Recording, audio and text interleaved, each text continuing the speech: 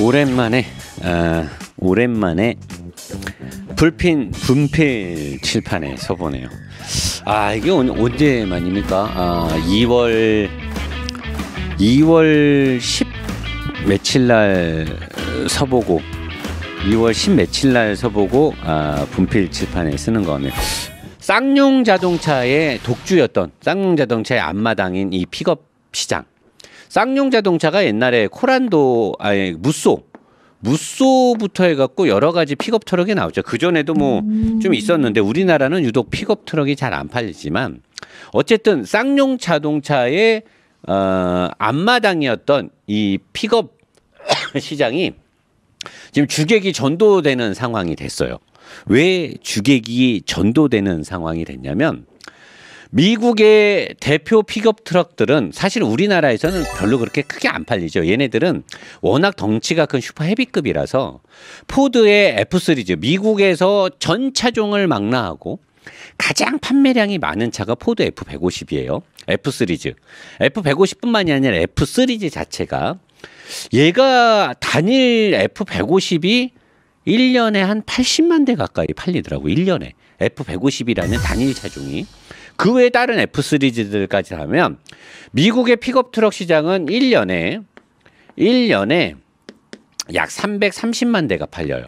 약 330만 대가 팔리고 요 세 개 F 시리즈와 실버라도와 다찌램 거기에 이제 도요타 툰드라가 자기도 껴달라고 이 쪽발이가 막 그러는데 이 풀 사이즈급의 이 픽업 트럭이 요 세 모델만 해도 1년에 200만 대가 팔립니다.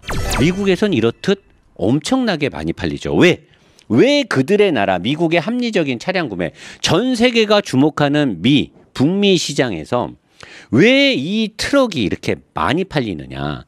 그리고 여러 다른 회사의 브랜드들이 미국의 이 픽업 트럭 시장을 잡기 위해서 어마어마하게 노력을 했지만 왜 얘네들이 다른 브랜드들이 많이 도전을 했는데 실패를 했느냐. 미국이 오래전부터 이 노하우가 있고 미국 사람들의 자국 브랜드의 사랑이 워낙 강하기 때문에. 그러면 도대체 왜 이 북미 미국 시장에서 트럭이 많이 팔리냐. 영토가 넓은 나라에선 실용성이 아주 좋죠. 그리고 우리나라에선 언젠가부터 레저 캠핑이 현재 지금 시작되고 있기 때문에 자영업자 미국부터 따지자면 영토가 넓은 나라에서는 이 차를 타기에 좋은 이유가 있어요.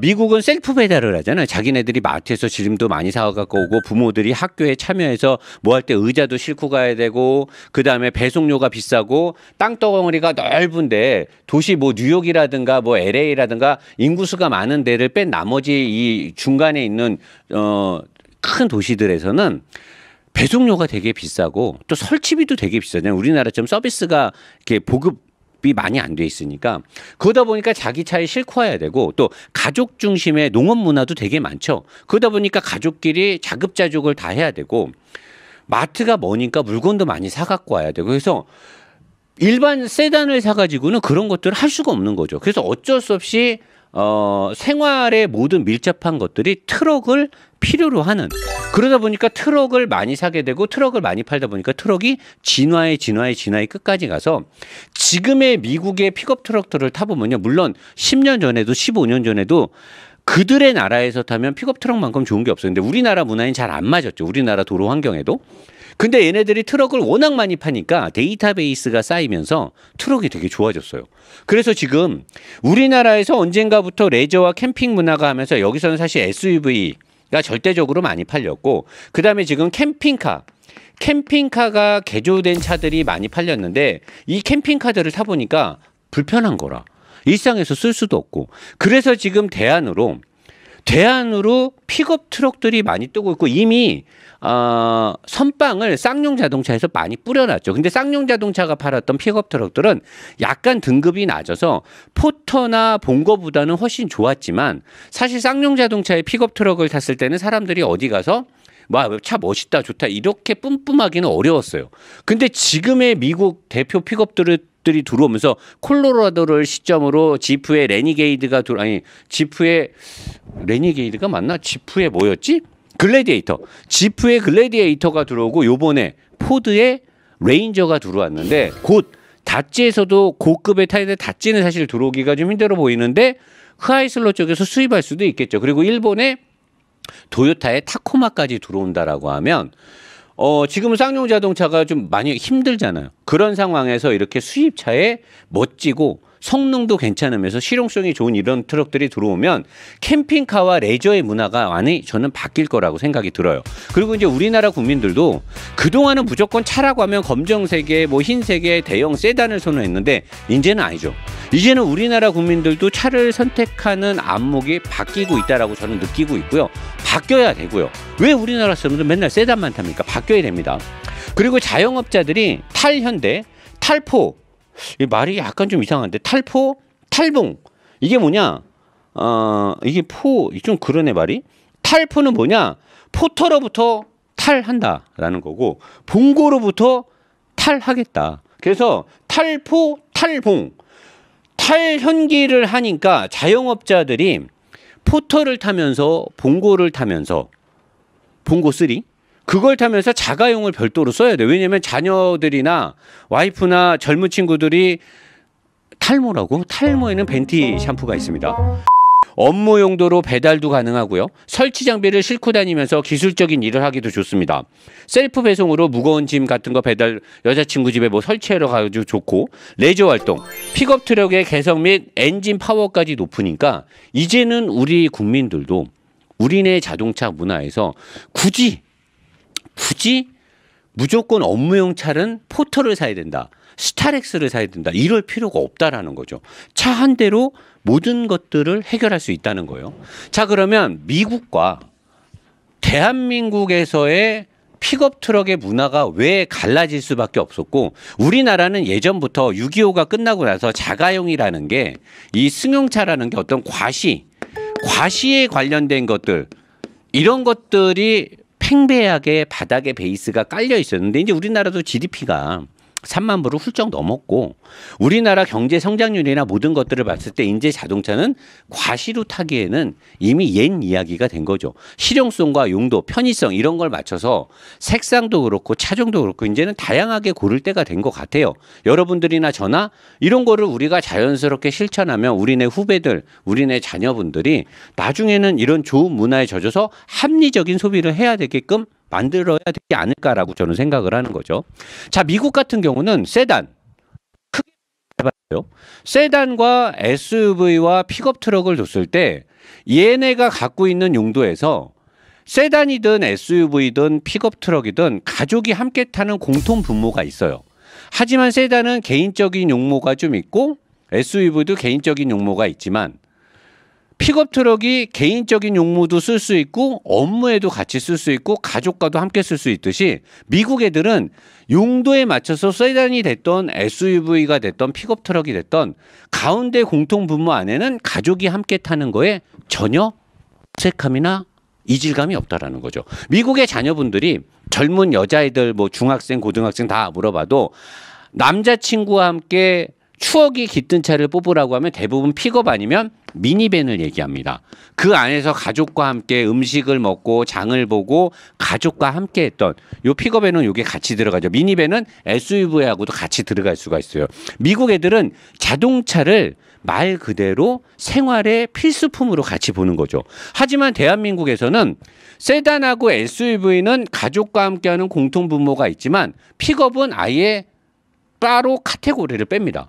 픽업은 카테고리를 따로 빼서 대한민국의 그동안의 문화에서는 픽업은 짐차 이꼬로 트럭 이꼬로 밴이거나 화물차거나 없어 보인다. 이런 식으로 포터나 봉고3가 물론 그런 용도로 많이 쓰였으니까 자영업자들의 어떤 소상공인들의 업무용 차로만 쓰였기 때문에 우리나라 사람들은 젊은 애들도 그렇고 픽업 트럭이라고 그러면 여기다가 공통 분모 안에 넣어주려고 하질 않아요.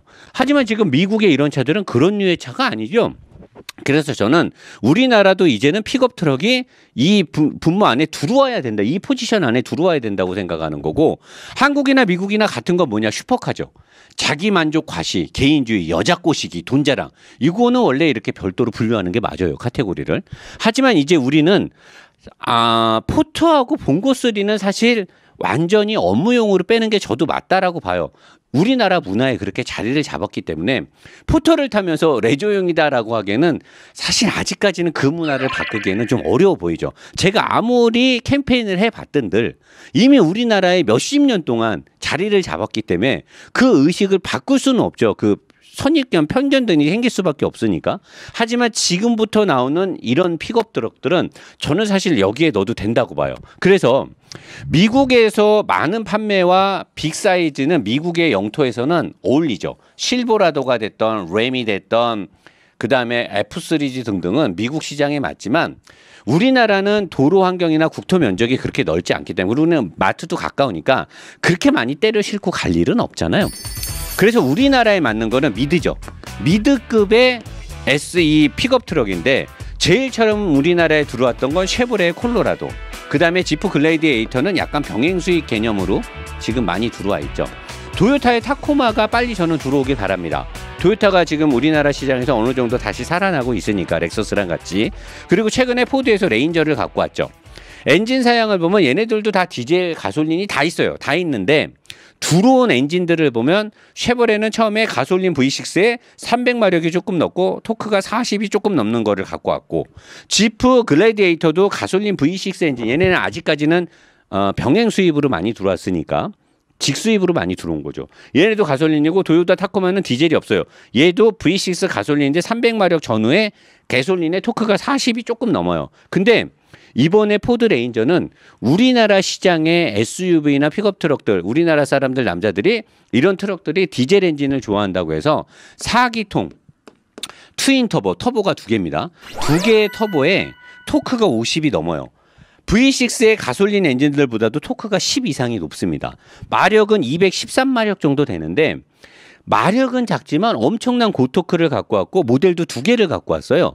일반형은 4천만 원대고 5,300~400만 원이 되는 거는 랩터라는 모델을 갖고 왔는데 이 랩터는 엔진 사양은 같을지는 몰라도 뒤에 리프 스프링이 없어요. 보통 트럭들은 많은 짐을 싣기 위해서 판 스프링을 쓰는데 얘는 일체형 댐퍼가 들어가요.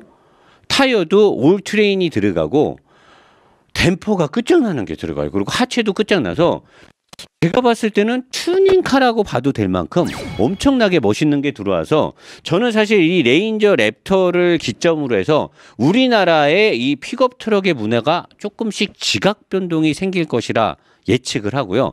많은 판매량, 뭐 수만 대가 팔리진 않겠지만 수천 대씩 팔리면서 얘네들이 우리나라 자동차 문화를 바꿀 수 있을 거라고 저는 조심스럽게 예견을 해봅니다. 얘네들을 타보면요. 정말 괜찮아요. 사람들이 이 픽업 트럭을 안 타본 사람들은 픽업 트럭의 장점을 잘 몰라요.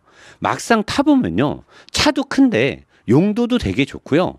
여기저기 사용할 때가 되게 많아요. 그리고 차를 가지고 할 수 있는 것들이 너무나 많아지게 대신에 빠르게 달리고 막 스포티하게 타는 거는 버려야죠. 이 차는 그런 차가 아니잖아요. 하지만 그걸 버리면 그 외에 일상에서 얻어지는 것들이 너무나 많다라는 거죠. 내일 나가는 포드 레인저 랩터의 하체 우리기를 보시고 금요일날 본편을 봐보시면 물론 금요일날 제가 이 차를 허프로님이 포드 구리 매장에서 강제로 땡깡을 부려서 이틀을 뺏어와서 짧게 제가 리뷰를 했어요. 하루 왼종일 하체라고 그 다음날 잠깐밖에 리뷰를 못했는데 나중에 프로님이 저한테 열흘간 쓸 수 있게 또 빌려준다고 하니까 그러면 제가 야산이든 냇가든 이런 데 갖고 가서 진짜 진면목을 한번 보여주려고 해요.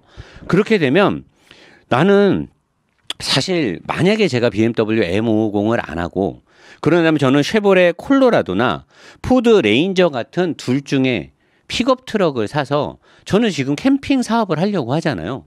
정말 이 차는 제 주위에 이런 차를 타는 분들이 몇 분 있는데 너무 좋습니다. 안 타본 사람들은 몰라요. 그냥 봤을 때는 야 저거 트럭 어떻게 타냐는데 아니에요. 정말 실용성 좋고요. 4천만 원대부터 지금 5천만 원대까지 포진되어 있는데 이 4천만 원대의 기본형을 본다라고 하면 정확하게 그랜저 K8에 살짝 옵션이 들어간 모델이에요.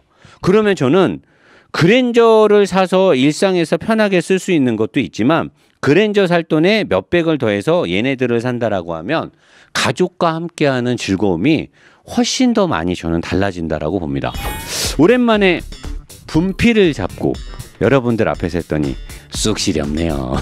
근데 저 하얀색 칠판이 너무 좋은 건 아는데 여러분들하고 저하고는 추억이 깃든 칠판이죠.